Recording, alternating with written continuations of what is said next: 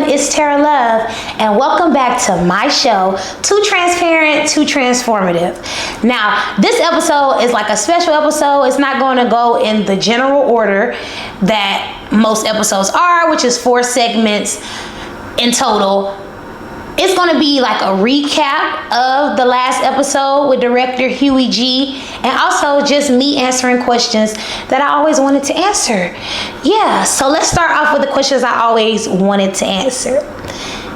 First one, if you could create a music video anywhere in the world, where would it be and what would it be about? Me personally, if I had this type of budget, I would go to Africa. Like, I would love to have a music video done in Africa, and more specifically maybe like Tanzania, like where the water is clear. Like, I just would love that, and like love to show like the cultural significance like behind Africa, you know, whatever aspect that may be, whether it's fashion or something like that.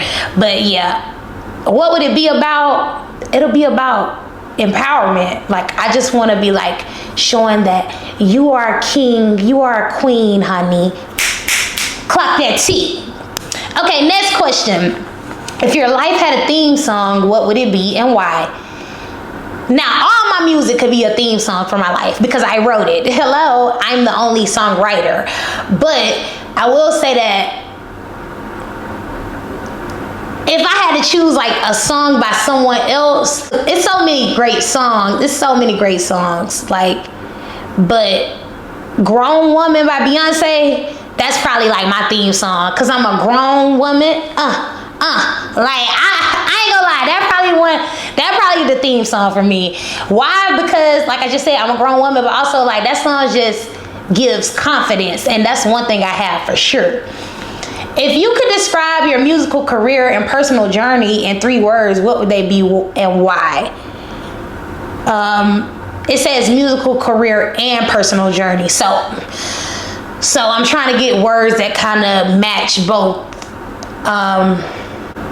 Inspirational,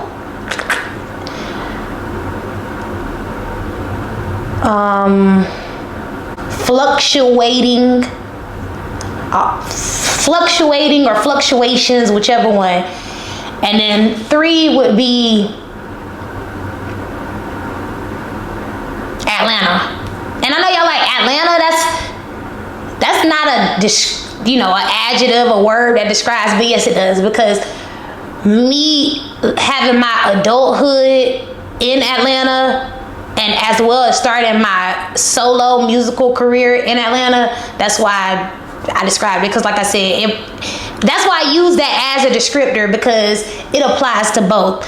Like, I moved to Atlanta because I'm from South Georgia in 2017 to attend Georgia State University, which is my alma mater. I graduated in December 2020 with my bachelor's, and I now have higher degrees than a bachelor's, including multiple masters, but hopefully a PhD, y'all. Pray for me. I'm trying to get accepted. Anyways, so it's like I did so much here that, yeah. And I'm still living here. Like, I ain't went nowhere 7 or 8 years later. So it's just like, yeah. Thankfully, though, I never intended to be famous, even though it would be great if I could be. Like, simply because fame brings a bigger audience. But me, it's more about people actually giving me my credits. Like, telling me I am a talented singer, telling me I am a creative songwriter. I respect that. Like, and it doesn't matter who it's from. But obviously, when it is from people who I respect, that's when the feedback is even more welcomed. Okay. What projects am I currently working on? I am working on new music, and I plan to release a single first and then an EP following. So I don't really have a date right now, y'all. I don't have a date, but just know before this year ends, 2025, music is going to be released by me. But again, I don't have a date yet. Now, outside of those projects, of course, my show that you're tuned into now is one of the projects I've been working on. Because I mean, of course, since it is a show, you know, new episodes have to be released, you know, every so often. So that's something I'm trying to stay consistent with. Content in general, I'm trying to stay consistent with, because I am a vlogger as well. I mainly only vlog on YouTube, but I try to, you know, post reels to my story on Instagram, but I'm trying to become more active on TikTok, because I have a TikTok, but I'm gonna be honest, I don't really be on it as much as I should be. So people want to know where I'm from and how has it shaped me. I just mentioned I'm from South Georgia, but more specifically, I'm from Douglas, Georgia. And that has no affiliation with Douglasville or Douglas County, because of course, we gonna get that all the time, because that's what people usually know about, since that's relatively close to Atlanta. But Douglas, Georgia is Coffee County. Like I said, South Georgia. How has it shaped me? It just taught me true Southern hospitality, like, you know, opening the door for your elders, some shit that you would think is common sense, but it needs to be taught. And I'm thankful that I'm from South Georgia, because like growing up in a small town kind of like made me have better experiences in life when I do something. Like now I've done so much because I'm grown, I'm 26 years old. But like say for instance, when I moved to Atlanta in 2017, like seeing skyscrapers was fun for me. Like, oh my goodness, seeing a view was fun, because like I never got those experiences. So it's like, it's just fun doing anything because you didn't get to do it really, but sometimes during your childhood. Because it's like during my childhood, I got to go to the beach, we could drive to Florida, and that was great. But like it's fun to like, this is your life now. Like you don't have to wait until a family vacation, you can do whatever you want. And I love that. Yeah, I love that. Okay, what's my zodiac sign? I'm an Aries. My birthday April 10th, so I'm an April Aries more specifically, because apparently we're more like on the meaner side than March Aries. That's what they say. But honestly, I love all Aries. And if you need some example of singers outside of myself who are Aries, March wise, Mariah Carey, Shaka Khan, shout out to them. April wise, we got Jill Scott and we got Jasmine Sullivan. Ooh, shout out to them. See, when I name out Aries, like it ain't nobody but greats. Hello. And if y'all want to some men Aries real quick, because I know some people care. We got Marvin Gaye, we got Al Green, yeah, we got Martin Lawrence, we got Eddie Murphy, yeah, okay. And that was singers plus comedians, but comedians slash actors. But I'm just letting you know, the list is thick, honey. Thick like my thighs. Ooh. Okay, what drives my creativity? Being black. I can't help I was born with it. Everything that's trendy, that's like what you want to do, is the underlying tone is a black woman or a black man, because we're like naturally creative. And don't get it twisted, not all, but the overwhelming majority. So it's just like sometimes I don't even have to think about this stuff, it just literally comes to me. And I'm just thankful for God blessing me with so many gifts and talents. I love that. Hi, Director Huey G. Thank you for being on my show today. Thank you. So, quick question. How was it working with me on the set of my music video, Real Music? Man, it was so, like, she was like a diva, man. It was like, I don't want to be there. It was worse. No, I'm just playing. No, like, she's really humble, man. And my first time meeting her was being there assisting, and her music was so nice, and it's so different to stand out, man. And she know what she wanted, and it's a difference when you go and you deal with somebody's music, but when you deal with somebody's music and you believe in their music and you hear it and you're like, yo, this is good and it's different, man. She's ahead of her time. Like, I don't even like the type of music she's making. I only like that soul, that real good music. So it was amazing, man, and just really hearing music would really make me want to rock with her. Yeah. Her personality, she's super humble. Yes, I appreciate that. Thanks for that feedback too. Okay, great. Okay. What's something people would be surprised to know about me? I don't know. Like, I honestly don't know, because I feel like I'm an open book. I feel like I'm probably always surprising people simply because, like, they don't expect that from someone else. Not realizing I'm not somebody else. I'm Tara. I'm me. I'm her. All of that. And I'm very authentic. Like, too transparent, too transformative. That's who I am. That's what I embodied. I'm trying to represent someone who is impactful, someone who is empowering. So I really don't know what would surprise. Like, maybe something would surprise people in the back end. Like, you know, dear future husband, you might be surprised that your girl know what she doing. See, in the back end, but in the overall perspective aspect, I'm just a human being. I'm just a human being. Okay, when it comes to projects, I know I already done passed that question, but I also wanted to mention that film-wise, outside of my show, I plan to start releasing additional content. I have a documentary in the works. Director Huey G was on the show, and he's going to have clips throughout this episode. Because yes, hopefully, you know, he gonna be directing me, honey.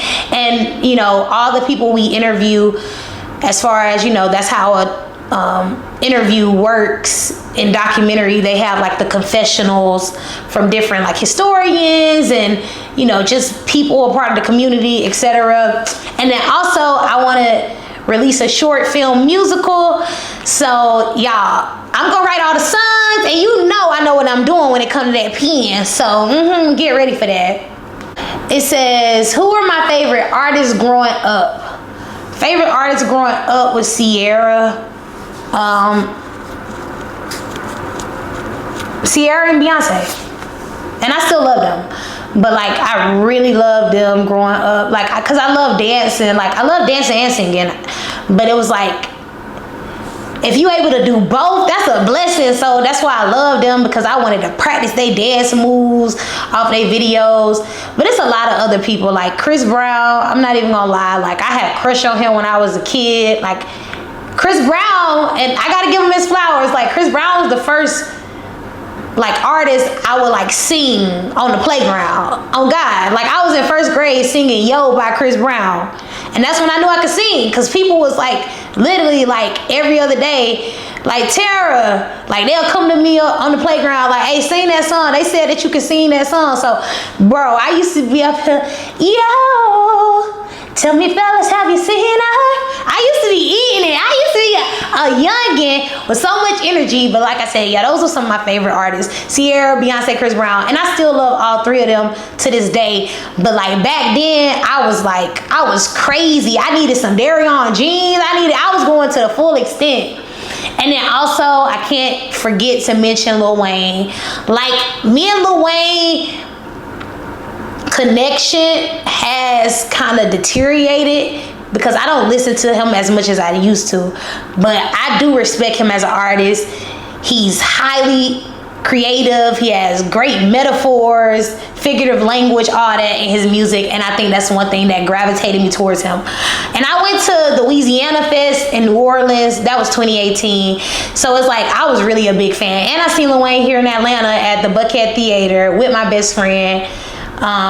So shout out to Tidal, the musical platform, because that was free for like Lil Wayne fans, and I was one of the people who was invited and got to invite a plus one, which like I just said, my best friend was my plus one.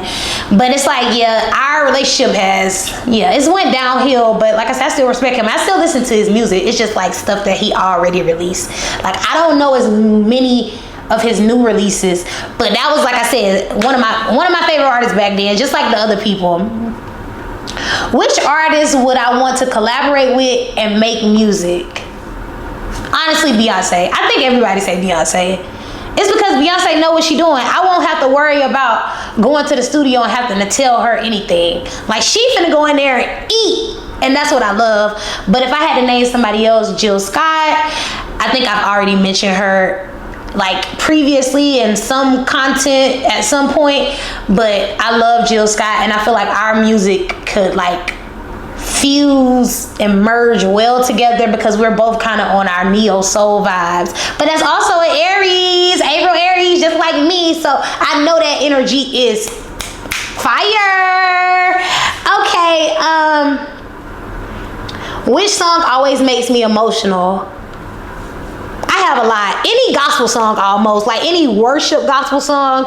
And if I have to give you an example, You're the Lifter of My Head is by Ricky Dillard, but it's featuring Tamla Mann. And Tamla Mann, she ate that up. Like, that song made me emotional. But if I go outside of gospel, Man in the Mirror by Michael Jackson, Purple Rain by Prince, yeah, those made me emotional too.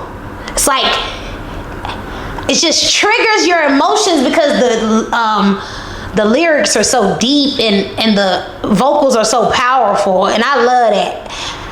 It's a lot of songs, y'all. It's a lot of songs I cry to. I ain't even gonna lie. Next question is, what's the best concert I've ever been to? Best concert I've ever been to probably was the Louisiana Fest in New Orleans, simply because that was my first time going to New Orleans, and New Orleans has good food. And then in addition, I got to see so many people. Like, in addition to Lil Wayne, I got to see Megan Thee Stallion, Sweetie, Cash Doll, Trey Songz, Meek Mill, Travis Scott, etc. So yeah, it was just fun because how many people I got to see, and like I said, like experiencing New Orleans for the first time. And I still haven't been to New Orleans for Mardi Gras, but 2026, y'all, I'm out there, and I might flash. I might flash because I need my beads. I gotta come back with something, honey. I'm leaving here with something. Word to Denzel, for real. What's the song I know word for word? I know a lot of songs word for word. I actually am someone who pay attention to lyrics, lines, and movies, everything. Like, it's certain movies I know like very well. Like, I could just quote the movie like as it goes. But music wise, it's a lot of songs too. But if I have to give you like a direct example, I Wonder If Heaven Got a Ghetto by Tupac. I know that song word for word. I was raised a little young nigga doing bad shit. Talk much shit cause I never had shit. I could remember being whooped in class, and if I didn't pass, mama whooped my ass. Was it my fault? Papa didn't plan it out. Broke out, left me to be the man of the house. I couldn't take it, had to make her drop it. Like, I know that shit. Found a Glock and I clock gripped. Making G's was my mission. Moving up for this shit to get my mama out the kitchen. And why must I sock a fella just to live large like Rockefeller? First you didn't give a fuck, but you learned it now. If you don't respect them town, they'll burn you down. Like, that's my song, y'all. Like, Tupac, of course, was a true lyricist. That song really resonates with black people probably all together, simply because it's like, it's not that Tupac really want a ghetto in heaven per se. It's the underlying interpretation, which is, am I gonna be able to rock with black people in mass in a positive manner? Like, that's what he want. And I mean, I want the same thing. Like, whenever I do transition into the afterlife, like, I want to be able to like still have something I'm connected to in my spiritual realm, you know. Now, don't have bills, you know, bills and stuff like that. No, I don't want to connect to that.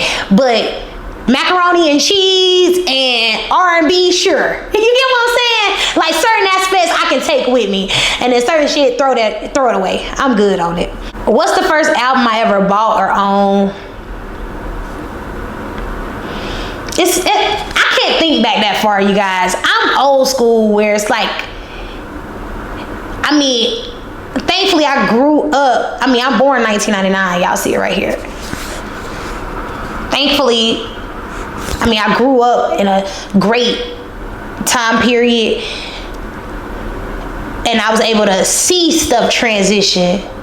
So it's like, I remember when streaming didn't exist. and you had to buy, you know, the song in order to have it on your phone, unless you had an Android. Like Android, y'all was able to go like the like illegal route and like download it off of, you know, like YouTube to MP3. I know all about it, y'all. Yeah, I know all about it. But anyways, I really don't remember the first album I bought, but I can tell you that I have purchased music from Lil Wayne, from Beyonce. Like certain people who I love, like I just respect them enough to spend my money. Myself, Tara Love, don't play. Okay, who are my top 3 favorite artists right now? It's hard to say favorites, y'all. I really don't have favorites as much as people think. It's like I do and I don't. Cause I love so many people. It's like I have so many favorites. So I really don't consider it like a select few, how most people put it. But top 3 favorite artists, if I gotta answer the question, I'm gonna put myself on the list, Tara Love. And this is no particular order. Tara Love, Key Glock,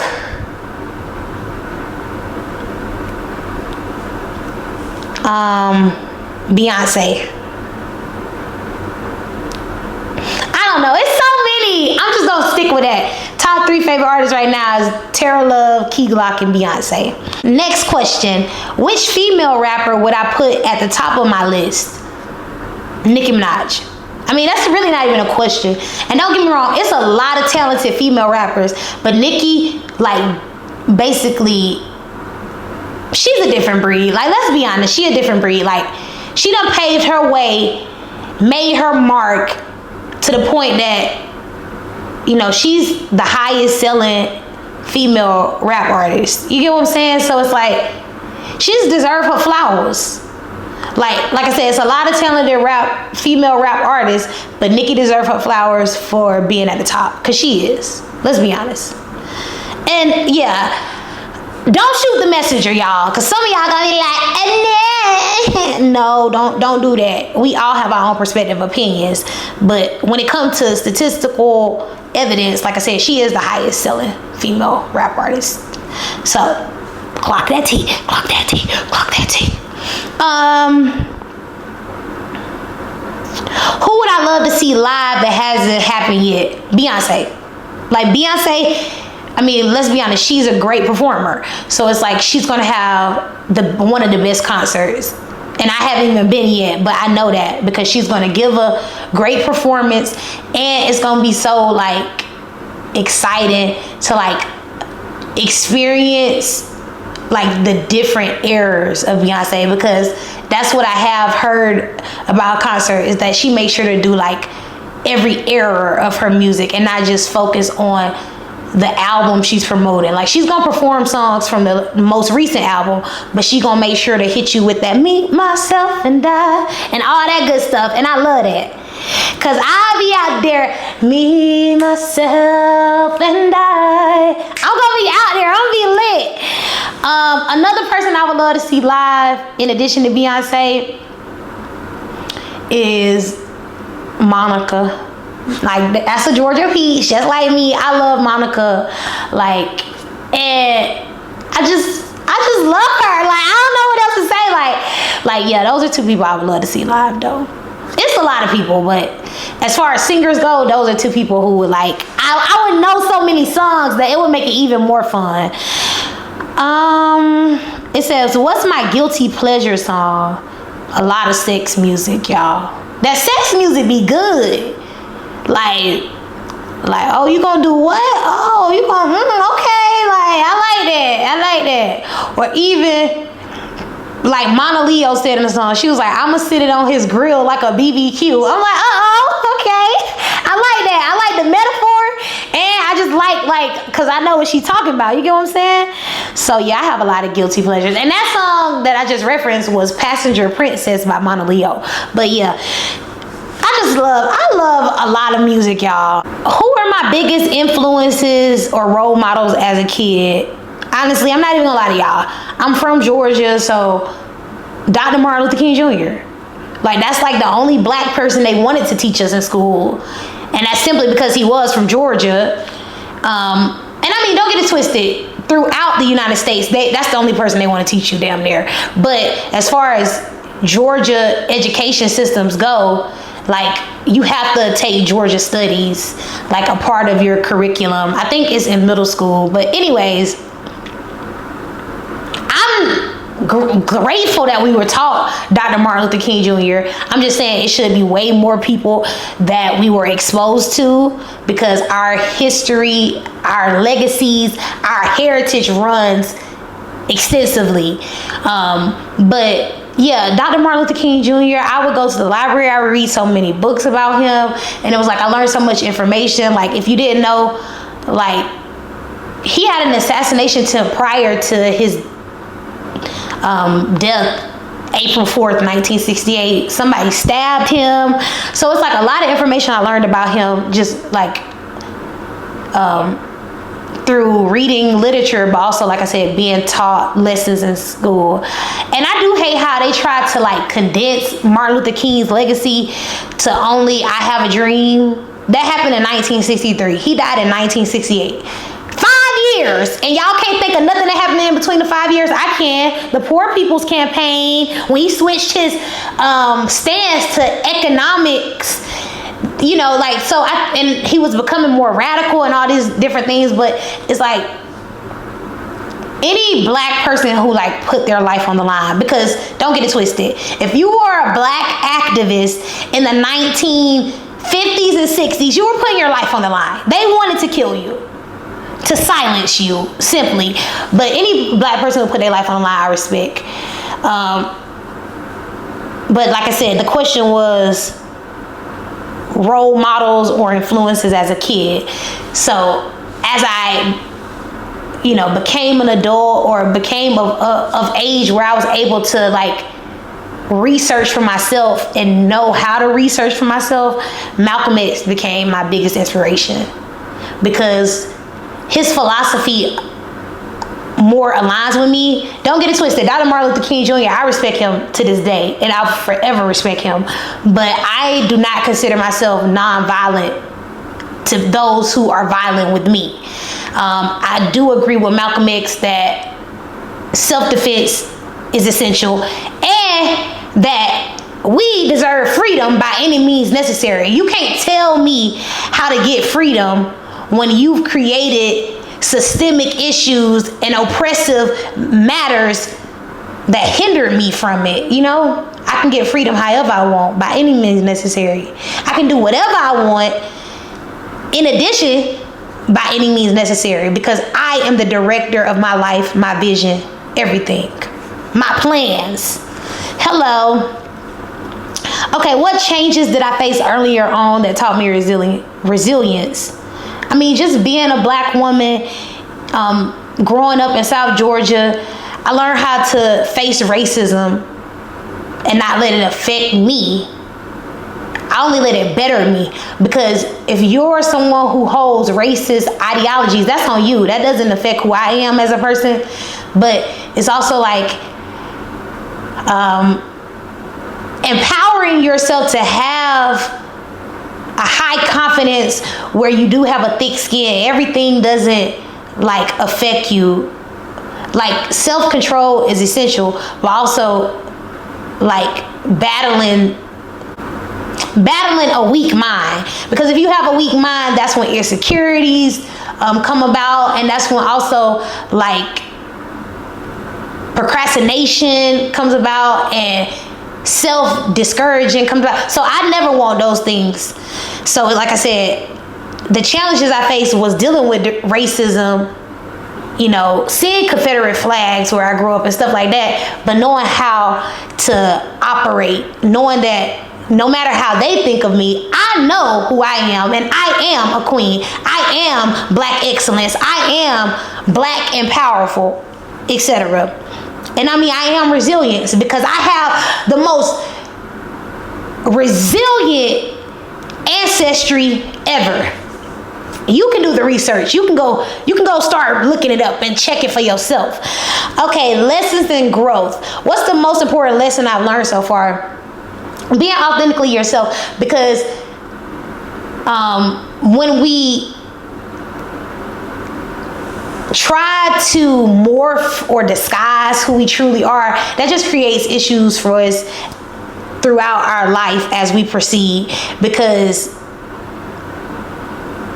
now you don't know how to act. Like, you don't know who to be on a day-to-day basis, because you done been putting on this persona as someone else. So now you don't know which personality to display, the fake persona or the real you. So just being authentic is important.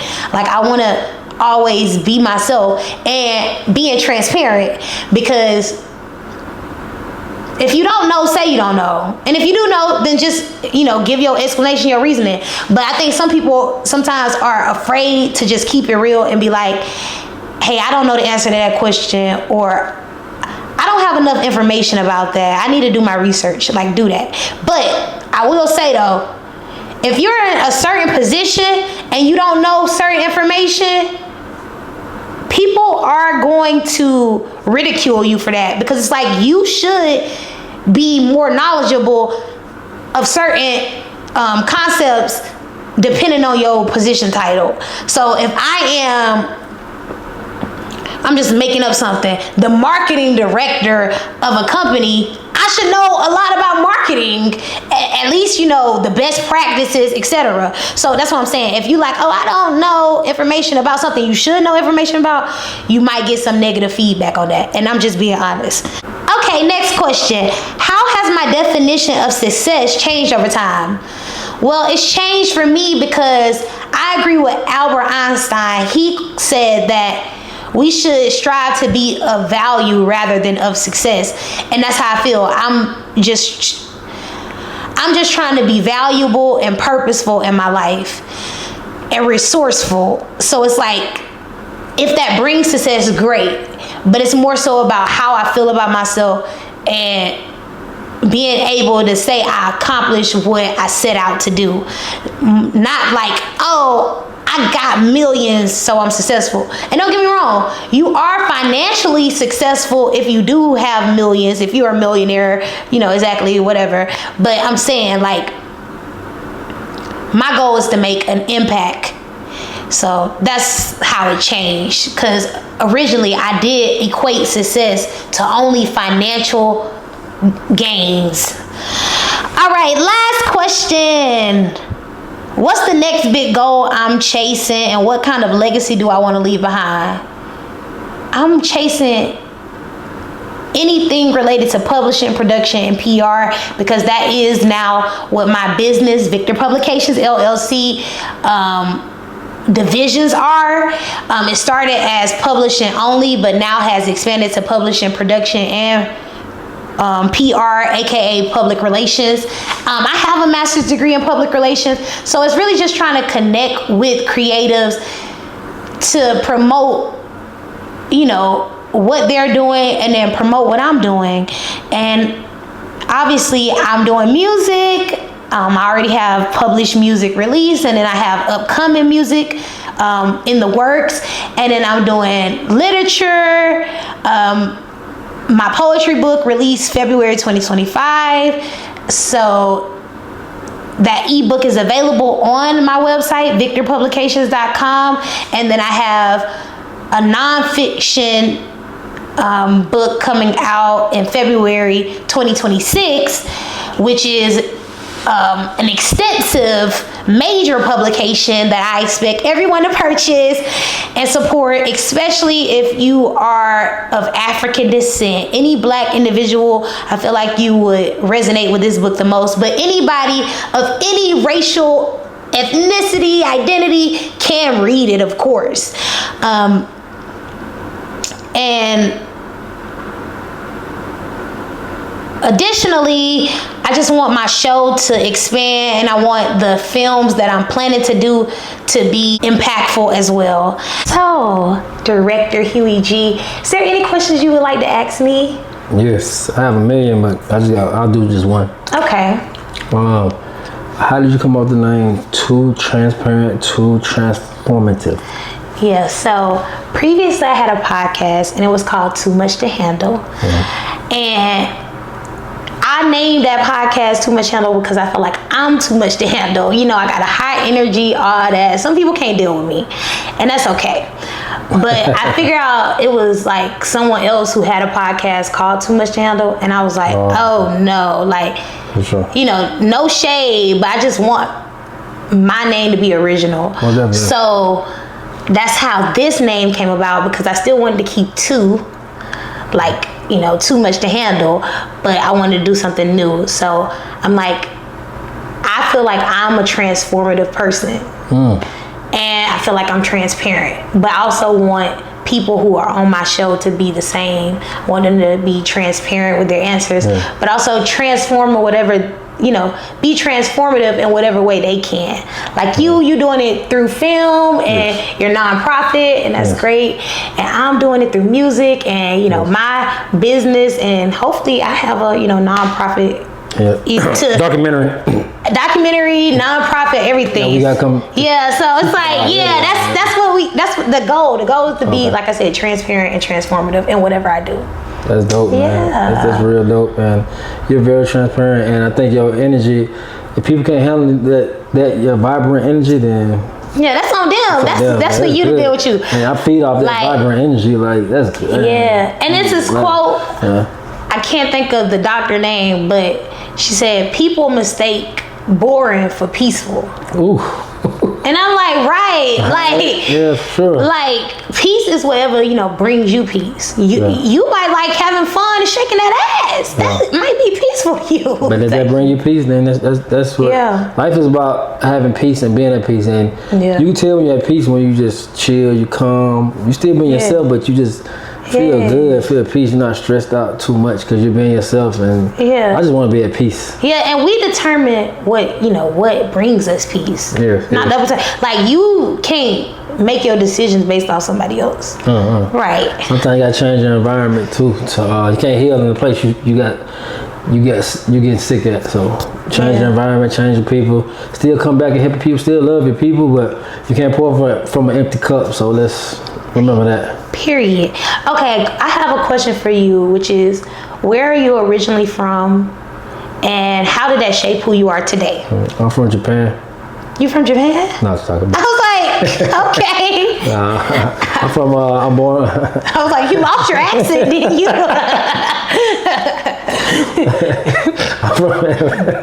I'm from Atlanta. Okay. Grady baby, Adamsville to be exact. Adamsville, what made me.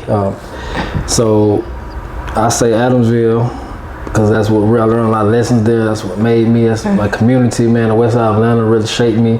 Moved around as well to Ben Hill, East Point. You know, that's like my second home as well, man. Shout out to East Point. I learned a lot and met a lot of good people there. So that's where I would say I'm from. Okay, that's great. So I said, how did it shape you? Like, do you feel like your, you know, connection to Atlanta culture that's like reflected in your work? Yes, it's by me moving to LA and seeing I'm different than some people that I met in LA. They can say, "Oh, you're Atlanta." Like I say, they're LA. Like they're like, no, I'm Atlanta. So it made how I talk, how I interpret things. But me being open to other cultures, what really helped me as well by moving and being in another state. But it helped me because being in Atlanta is like the stuff that I've seen, me riding certain school buses, me getting on, you know, being around certain people, going to certain schools, and just that helped me be who I am. So without that, I wouldn't talk the way I talk. I wouldn't act the way I act. And I don't want to live with myself, but I'm Atlanta forever, and that's what made me who I am. Yeah, I love it. So I want some clarification, because I know that you mentioned earlier, you know, you don't have to go to film school anymore. It's ways to do it completely independently. For sure. You just got to, you know, utilize your resources like AI or whatever to, you know, do the research. But did you study film formally, or were you mostly self-taught? On both. Okay. So in 2018, I moved to LA with just my bag and one of my closest friends. And went to film school in Hollywood, Los Angeles Film School. Okay. So I learned a lot there, and I gained a community of people but before that, I was doing film on my own, and I've been on sets trying to learn. So I think I'm all of the above. You know, some people just one or the other, but I'm all. Okay, so do you remember your first job in the film industry? Yes. Okay, go ahead and let me know. Well, I had a couple of in LA, I was able to work a job where they had us go to the studio and shadow people and see what's going on. But in Atlanta, my first job was being a PA. Okay. And me being a PA, we get looked over, man. Me and one of my film friends, Cece, the AD, we were just talking how AD department gets looked over. The PAs, we do a lot. Like, the stuff go wrong, it falls on us. Like, we gotta keep people on schedule. We gotta run and get this, get that, make sure the actor's okay. So shout out to anybody who ever worked in the AD department.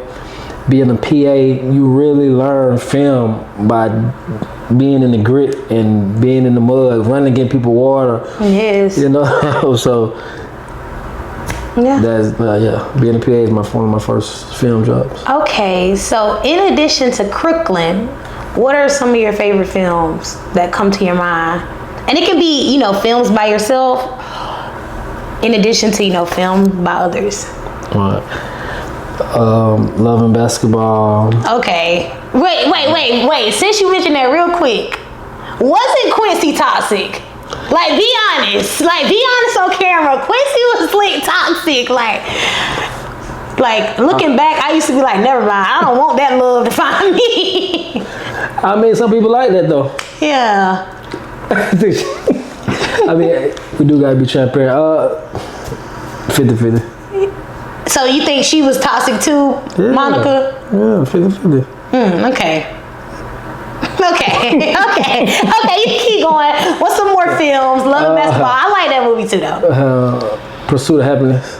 Oh yes, that made me cry. Yeah, some people in my family I remind them of that because I'm always, no matter what, I had a lot of setbacks, but you still positive. I'm still positive. Still kept going. A lot of setbacks. Setbacks.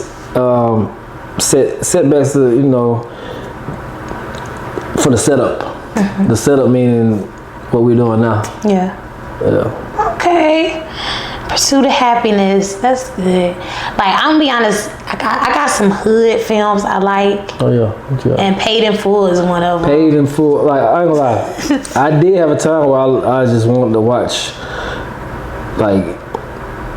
gangster films, King of New York, Blow. Okay. Scarface. I had a time where I was really locked in. I even like Lean on Me, man. That was a good film. But I had that time where I wanted to just watch the whole time. Paid in Full was definitely one of my favorites as well. Yeah, one of my. ATL is a good movie too. Man. Yes, ATL is a good movie. I just rewatched that on Star. I don't want to skate no more. But what I was gonna say, Pretty Woman is one of my favorite films with Julia Roberts, and Julia Roberts is also from Atlanta. I didn't know that. Yeah, isn't that crazy? So, what I was gonna say, dang, it's one more film I'm trying to think about that I wanted to mention. Oh, Dreamgirls. I love musicals. Everybody don't like musicals, but us singers, we really do. This is good. You ever watch Idlewild? Watch what? Idlewild. Not from the name. Okay. Oh no, with Outkast. Okay, yeah, I did. That was sad because Paula Patton character died, and I was like, damn, now he gonna be single. I hate when movies don't have good endings. I know it's trying to be realistic, but damn, I need a fairy tale down here. If you were in the movie, what kind of film what character would you play? I feel like I would want to play something different from myself. So, you want to embody a whole different character? Yeah, because it's I could easily be like I said, the high energy, vibrant. Because a lot of movies want to have somebody who's comic relief. Yeah. And I feel like that's what they try to they'll try to put me in, but I'm like, no, I want to be on my Viola Davis vibe. Ooh. Nah, I'm not good as her. But you get what I'm saying? she can play any character. Yeah. Okay. Are there any habits or routines that help you stay productive? Yes, having a checklist. Yes.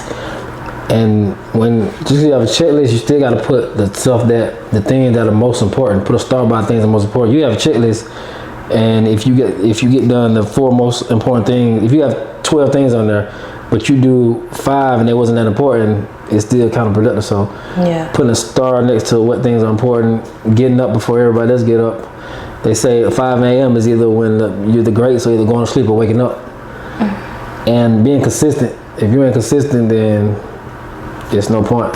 Like I think our brain is trained to do stuff and stop, but we gotta unlearn that bad habit and think about being consistent. I don't care if I one view, one like, it doesn't matter. I'm gonna keep doing this, and the consistent people wins over talented people. Yes. Yeah, I like that. Cause I be having me a little I be writing stuff down too. I'm big on like writing stuff down because I love just being able to like, okay, boom, read over things, remember what I need to do. Yeah.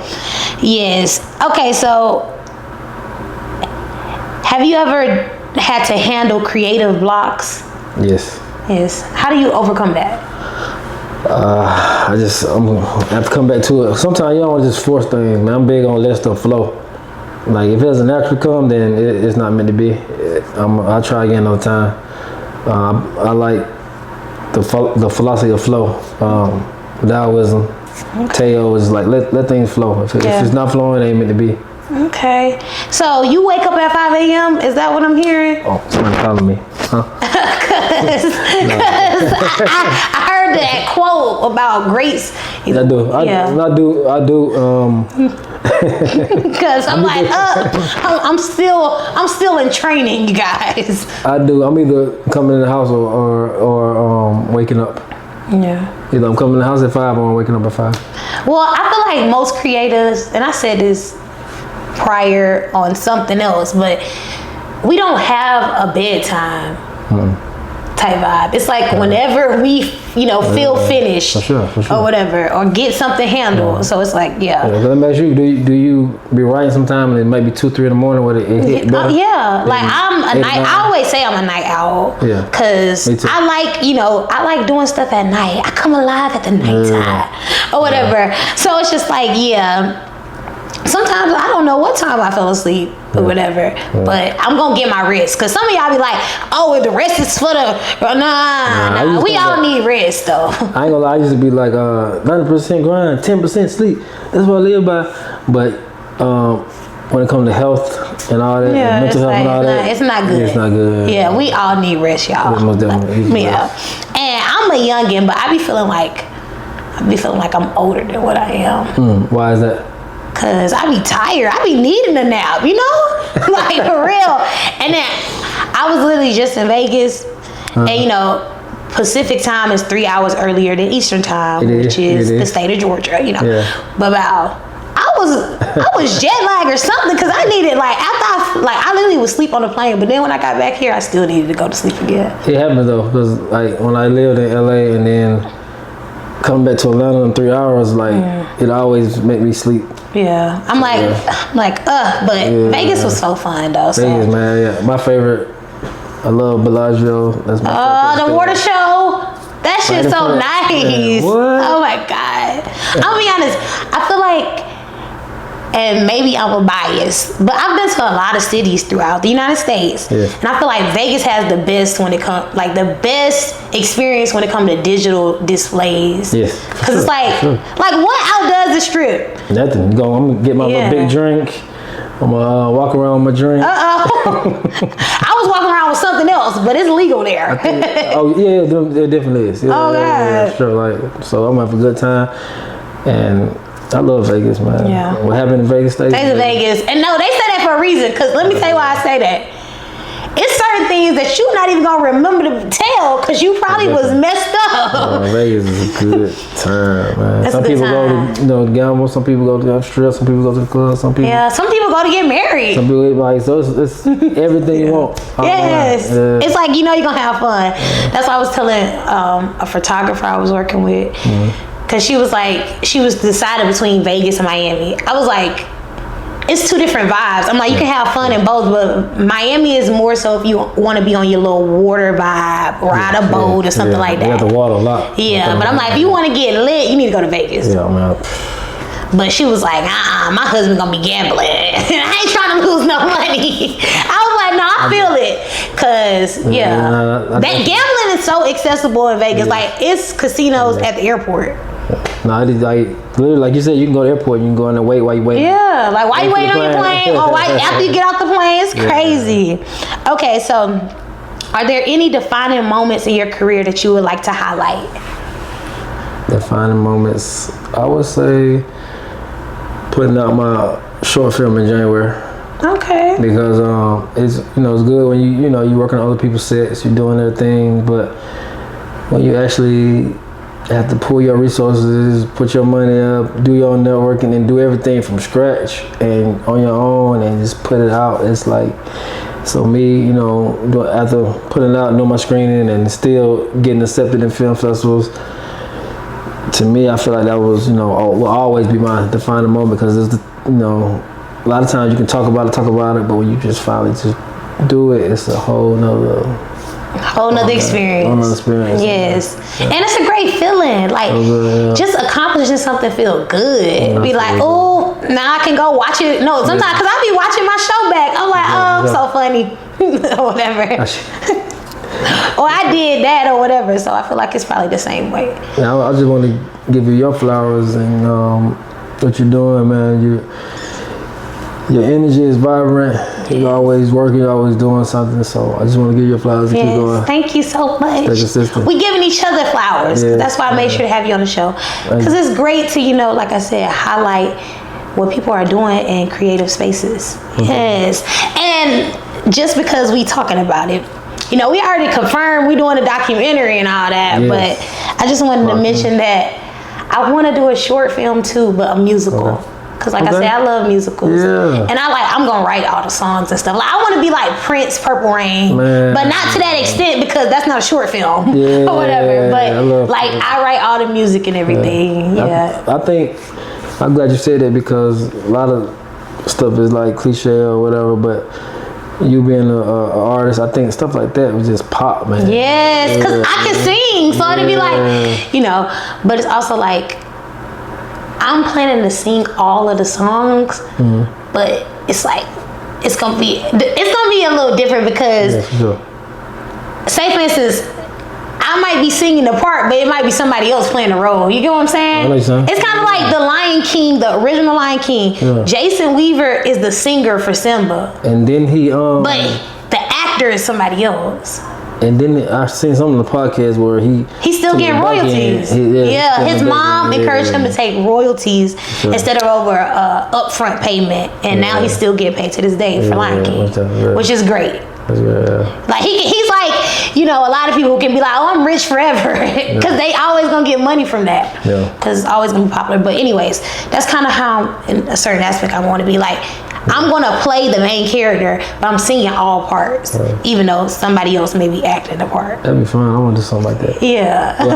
And the only reason why I'm doing that is because, like I said, I wrote the songs, and I don't got time to be teaching people. Like, you're amazing talent, though. Yeah, teaching people how to sing it, how I want them to sing it. I'll just sing it for you. I fell in love with your music off of just hearing it off of that. I was like, wow. You go. Yeah, I have substance. Like, I want to be an artist of substance. And I mean, the main reason people, pursue the independent route is to have complete creative control. Yeah. And that's what's really important to me. Like, and you're not like, okay, it's trend, this was going on, this is from my soul. I was like, no. Man. And listen, it's crazy because, how old is she? Right. that soul, like, you have that soul, like, that's. And it's crazy though, because like, I've been in, different spaces, and it's like, some people wanted me to become the marketable type. And I'm like, no, I'm not talking about, like, certain things I just don't want to talk about. Like, to each his own. Like, if that's what somebody else want to do, cool. But it's like, I just don't, I don't want people to be like referencing to me with ratchet stuff. Like, I want them to be like, nah, Tara is really her. And it's also, since I write my own music, I don't be writing about ratchet stuff. It's like, because that's just not what I want to talk about. Like, it's more so for me to not only reflect like my personal perspectives and experience, but also like just to resonate with my community on things like, you know, I know that we are connected all. That's why I made sure to write a song called Everything Black. If y'all know, that's on my album, The Mirror. Because it's like, I want people to know, like, although we face inequalities as Black individuals, it's a lot of great aspects of our culture. And I mean, y'all do it every day. Y'all don't even think about it. Well, that's real. Like when you turn on the lights, that's Lewis Latimer.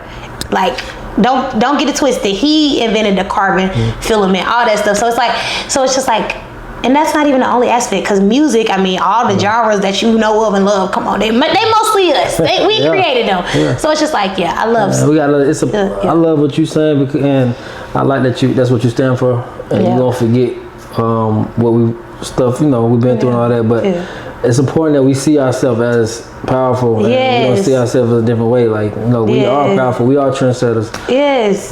So, you know, we're not just what we are told we are. So we need to just start looking at, hey, we are powerful. Tell a young brother, look, you are powerful. We are. And I like that you just said that, because it's a quote from Frederick Douglass. I gotta pull that quote up real quick, because this is like, it like match what we saying. Yeah. Be the change you want to see. Be the change you want to see. But Frederick Douglass said, it is easier to build strong children than to repair broken men. So that's why, yes. Yeah. Isn't that, and that's crazy, that's so accurate to today, too. Hold on. Okay, here we go, back in. That applied to today. So that's what's crazy. Like, this man said this in the 1800s. But that's that like... resonates a lot.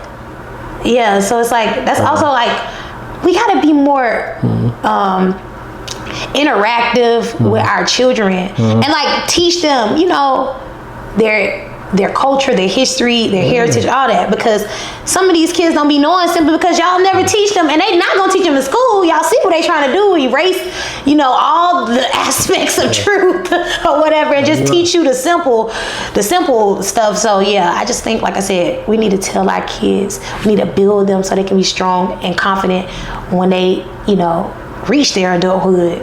Words are powerful.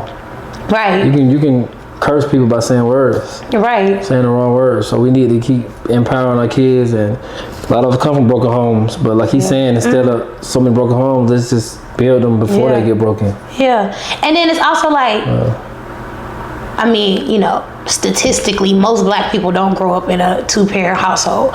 But it's like, you can be a father figure and not someone father. Like, I think people are losing the unification mechanisms, because it's like, if you see, you know, any youth, and you need to talk to them, and like, you know, tell them where to go, because like, they probably didn't know because, you know, they daddy ain't around or whatever. Like, you can still, you know, like I said, be encouraging, be empowering, and have no connection to somebody other than, you know, just wanting to be helpful.